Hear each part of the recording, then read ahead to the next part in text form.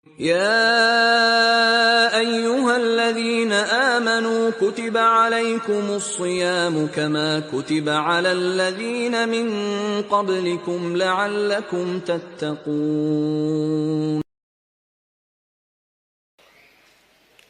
Termasuk ibu-ibu dan jamaah sekalian yang masih punya hutang, segera lunasi hutangnya.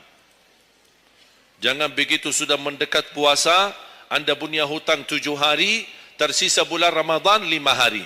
Syekh, apa? Aku punya hutang 7 hari, sedangkan yang tersisa bulan Ramadan itu tinggal 5 hari lagi mau masuk Ramadan. Aduh, 1 tahun tidak pernah tanya. Begitu sudah mepet baru cari jawabannya. Itu karena hukuman nanti. Tetap diganti puasa yang dari tahun yang lalu. Tetap bayar hutangnya dan kena denda setiap hari kena fidyah. Jadi seandainya Anda masih punya hutang dan masuk Ramadan, Anda belum lunasi, tetap hutang itu terbawa nanti. Pas habis Ramadan, Anda punya kewajiban bayar hutang. Tapi karena Anda tunda, mundurkan sampai masuk Ramadan, Anda punya kena denda. Ditambah lagi, bukan hanya bayar dengan puasa ganti puasa, tapi ada lagi namanya fidyah. 1 hari 1 orang miskin. Diberikan kecukupan makanan. Makanya kembali lagi, yang punya hutang segera lunasi hutangnya. Allahumma ballighna Ramadan, Allahumma ballighna Ramadan. Sebentar lagi bulan Ramadan. Ya Allah, sampaikan kami, jumpakan kami, agar kami bisa bertemu dengan bulan Ramadan dan menikmati setiap hari demi hari, detik demi detik yang berlalu di bulan Ramadan. Dan wahai Allah, mampukan kami agar menjadi hamba yang maksimal ibadahnya dalam Ramadan. Dan ya Allah, jadikan kami hamba-hambamu yang mendapat ampunanmu ya Allah. Allahumma innaka afuun tuhibbul afwa fa'fu anna. Tolong hafalkan doa ini. Dan ini doa yang diajarkan Nabi menjelang Ramadan, supaya mendapatkan kesehatan, kekuatan, keselamatan untuk beribadah saat Ramadan. Hadisnya di At-Tirmidzi, nomor hadis 3254. Qala, langsung saja qala Nabi sallallahu alaihi wasallam, Allahumma ahillahu alaina bil yumni wal iman wassalamati wal islam rabbi wa rabbukallah. Nah, itu tolong nanti dihafalkan, tadi sudah direkam, dibimbing. Nanti ketika ditetapkan masuk awal Ramadan, bacakan itu. Ya Allah, anugerahkan awal Ramadan kepada kami dengan ketenangan, kedamaian, kekuatan iman, keselamatan, sehat, nggak sakit sampai selesai puasanya, diberikan kekuatan untuk ibadah dalam keislaman, dan diikhlaskan hanya karena Allah Subhanahu wa Ta'ala. Ramadan semakin hari semakin dekat. Ada yang bahagia karena bisa kembali merasakan indahnya bulan suci. Tapi ada juga yang hanya bisa merindukan karena orang tercinta sudah pergi lebih dulu. Ada yang tak sabar menikmati sahur dan berbuka bersama keluarga. Tapi ada juga yang hanya bisa melewati Ramadan seorang diri di perantauan. Bulan suci ini selalu membawa kebahagiaan, tapi juga kadang menyimpan rindu yang tak bisa terobati. Semoga yang jauh didekatkan, yang telah tiada diberi tempat terbaik, dan kita semua diberi kesempatan untuk menikmati Ramadan dengan hati yang penuh syukur. Apa persiapan paling urgent, paling darurat, paling penting untuk kamu siapkan pada bulan suci Ramadan adalah minta maaf kepada orang-orang yang ada di sekelilingmu, terutama yang pernah kamu zolimin, teman-teman. Karena ternyata puasa Ramadan kita, taraweh kita, Quran kita nggak akan diterima sama Allah kalau di hati kita masih ada dendam, masih ada permusuhan dengan siapapun dari hamba Allah. Ya hubbi lak Ramadan شهر الرحمة والغفران يا حبي لك رمضان شهر الرحمة والغفران يا رحمة من ربي يغفر لي من ذنبي يا نعمة الرحمن يا حبي لك رمضان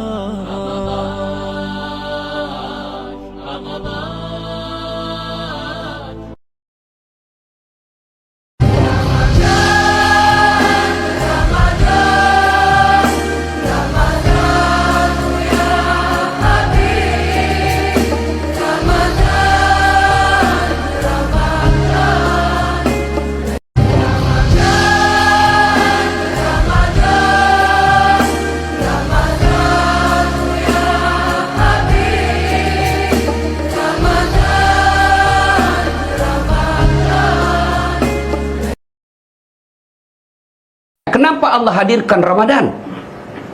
Menyiksa kita 1 bulan lapar, 1 bulan kita makan sahur, enak-enak tidur bangun, dan kita terbatas kemampuan kita secara fisik. Kenapa Allah hadirkan Ramadan? Jawabannya karena Allah sayang kepada kita. Sayangnya apa? Bapak-bapak pasti semua punya dosa. Mana ada manusia yang tidak ada dosanya di sini? Ini di depan saya ini.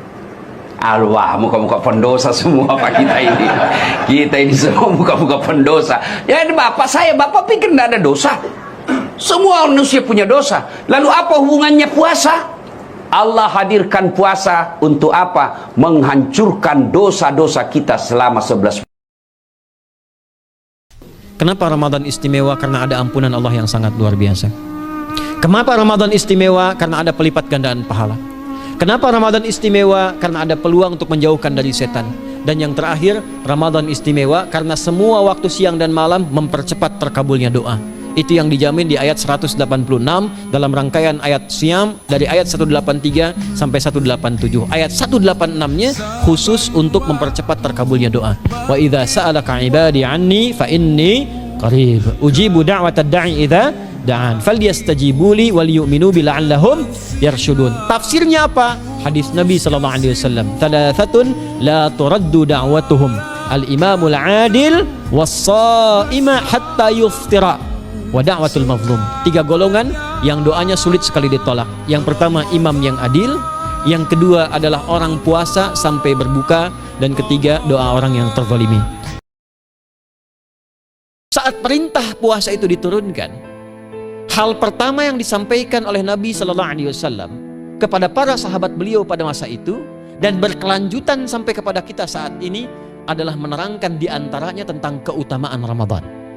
Untuk menjawab sekaligus mengentaskan hoax yang pada saat itu dibangun oleh orang-orang Yahudi yang tinggal di Madinah.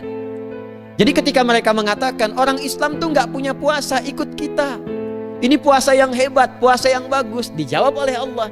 Turunlah perintah, ya ayyuhalladzina amanu kutiba alaikumus syiyam kama kutiba alal ladzina min qablikum la'allakum tattaqun.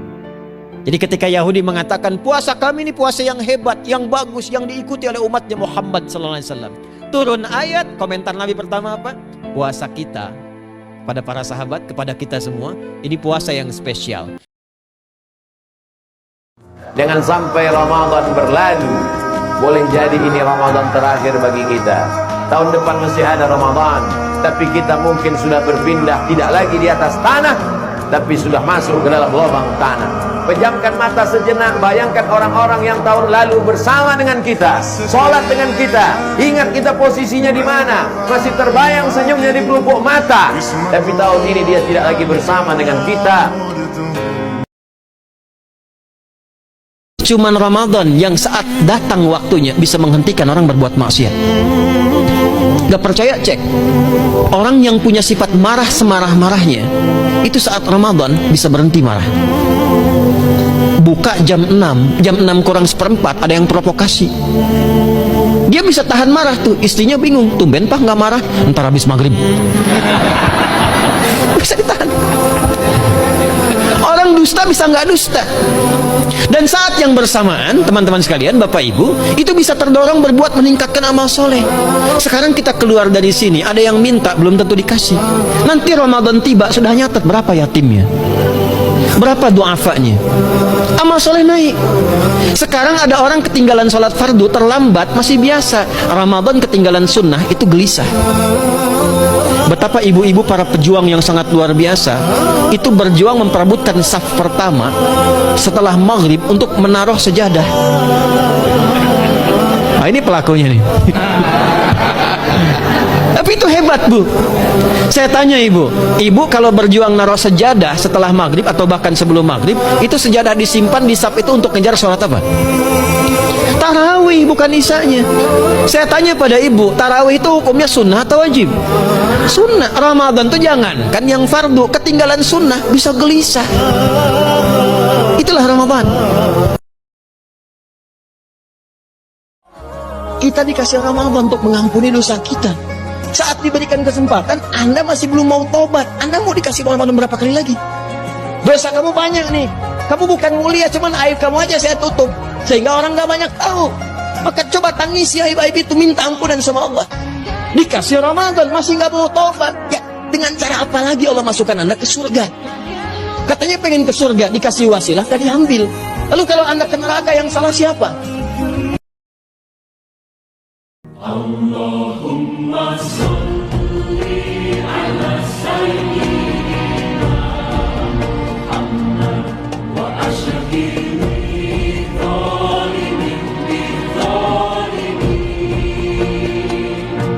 wa akhrij. Amalan apa yang harus diperbanyak di bulan Ramadan ini Pak Ustadz? Yang pertama, imsak. Tahan leher, tahan mata, tahan telinga, tahan otak, tahan akal, tahan kaki, tahan tangan, tahan lidah, tahan imsak. Yang kedua, perbanyak solat-solat sunat, qabliyah, ba'diyah, witir, tahajud, tasbih, solat sunat taubat, solat sunat. Yang ketiga, khatam Quran. Imam Syafi'i khatam Quran di bulan Ramadan 60 khatamah, 60 kali khatam. Yang keempat, perbanyak sodakoh. Kasih pembukaan orang puasa, antar ke masjid, antar ke surau, antar ke musola. Antar makanan jam 6 sore, jangan ngantar jam 1 malam. Pergi antar ke masjid dan berbahasa. Yang kelima, perbanyak doa-doa. Jangan putus doa-doa di malam Ramadan. Syahrul Ramadan alladzi unzila fihi al-Qur'an hudan lin-nasi wa bayyinatin minal huda wal furqan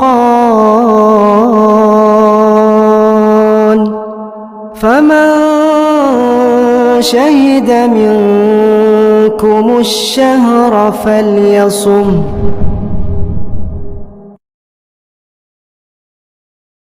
Saudara-saudariku, manfaat membaca Al-Quran khususnya di bulan Ramadan, satu, memberikan kita kesempatan untuk senantiasa mengisi ketenangan dalam jiwa kita, karena Al-Quran adalah sumber ketenangan bagi jiwa. Yang kedua, membaca Al-Quran memberikan kekuatan tersendiri pada diri kita untuk melepaskan dari persoalan-persoalan hidup yang sedang mendera. Oleh karena itu, para ulama seringkali memberikan rumus. Jika Anda sedang punya banyak pikiran, buka mushaf, baca Al-Quran, sejenak persoalan itu akan hilang. Diberikan ketenangan pada jiwa, sehingga cerah pikiran kita untuk merumuskan solusi, menyelesaikan persoalan yang tengah dialami. Dan yang ketiga, membaca Al-Quran di bulan Ramadan dengan niat mengikuti sunnah Nabi SAW, mengumpulkan potensi banyak pahala yang menutupi dosa-dosa yang pernah kita lakukan. Semoga kita diberi kekuatan untuk senantiasa bisa berinteraksi dengan Al-Quran, mampu menjadikan Al-Quran sebagai teman di dunia dan syafaat bagi kita di akhirat kelak, seperti yang dijanjikan oleh Nabi SAW. Jadi kalau ada, bukan kita ya, ada orang puasa malamnya nggak sholat, puasanya sah, dia nggak sholat tarawih, dia tidak mendapatkan kesempurnaan Ramadan. Apa dalilnya? Al-Baqarah ayat 187 di ujung ayatnya, thumma atimmus siyama ilal lail ya uhilla lakum laylatas siyami rafathu ila nisaikum hunna libasul lakum wa antum libasul lahunna alimallahu annakum kuntum takhtanuna anfusakum fataba alaikum fal'ana bashiruhunna, itu kan. Kemudian wabtaghu ma kataballahu lakum wa kulu washrabu hatta yatabayyana lakumul khaytul abyadu minal khaytil aswadi minal fajr thumma atimmus siyama ilal lail. Sempurnakan puasa itu sampai Anda mengerjakan ibadah yang ada di malam hari. Gitu. Kan puasa sampai maghrib kan? Awas jangan terlampau soleh ya, karena ada yang memahami ayat ini sampai isya. Bukan, puasanya sampai maghrib, ba'da isyanya amalan sholat malam. Jadi tarawih itu sepaket. Nah, keutamaan tarawih, dan itu amal pertama di Ramadan, kalau kita baru menunaikan saja salam 2 rakaat dan mengerjakan apa yang Nabi tunjukkan, semua dosa yang pernah dilakukan gugur seketika. Semua. Catat ini, semua dosanya gugur. Lailatul Qadar itu Pak Ustadz tandanya apa? Orang yang dapat Lailatul Qadar itu, kata Imam Abul Fida Ismail Ibnu Katsir dalam tafsir Al-Quranil Azim, Allah rahasiakan tak ada yang tahu siapa dapat taubat nasuha. Allah rahasiakan tak ada yang tahu siapa dapat haji mabrur. Allah rahasiakan tak ada yang tahu siapa dapat sholat wusta. Allah rahasiakan tak ada yang tahu siapa dapat doa 1 titik hari Jumat. Allah rahasiakan Lailatul Qadar. Supaya apa? Supaya kita tetap berharap ingin dapat tahun ini. Coba kalau datang SMS tahun lalu, sudah dapat. Oh, song masjid sekarang. Pas ditanya, kau tak ke masjid? Aku udah dapat. Jadi apalah tujuan kita tak tahu Lailatul Qadar itu? Supaya tetap berharap supaya dapat. Dan kalau sudah dapat, tanda-tandanya adalah ada perubahan. Sungguh terhina, sungguh keterlaluan, sungguh jauh dari rahmat Allah. Siapa? Liman adraka Ramadhana falam yughfar lahu. Orang yang sudah diberi kesempatan sampai di bulan Ramadan tapi tak mampu menyiapkan dirinya untuk mendapatkan ampunan Allah Subhanahu wa taala. Berbahagialah kita mungkin mendapatkan kesempatan untuk disampaikan ke Ramadan, karena boleh jadi ada hamba-hamba Allah yang mendahului kita. Husnudzannya, lihatlah sejak Rajab, Sya'ban, saya selalu mengamati dengan singkat banyak orang-orang baik pulang. Ulama, orang saleh, orang baik. Mungkin Allah sesuai dengan ajal mereka mewafatkan mereka ini karena sudah dipandang cukup baik, terampuni dosanya dan layak untuk pulang dalam keadaan husnul khatimah. Kita masih membutuhkan Ramadan untuk memperbaiki keadaan kita sebelum pulang kepada Allah. Kalau dengan kesempatan itu di depan mata diberikan belum juga bersungguh-sungguh, maka dengan cara apa lagi Allah mesti mengampuni dosa kita.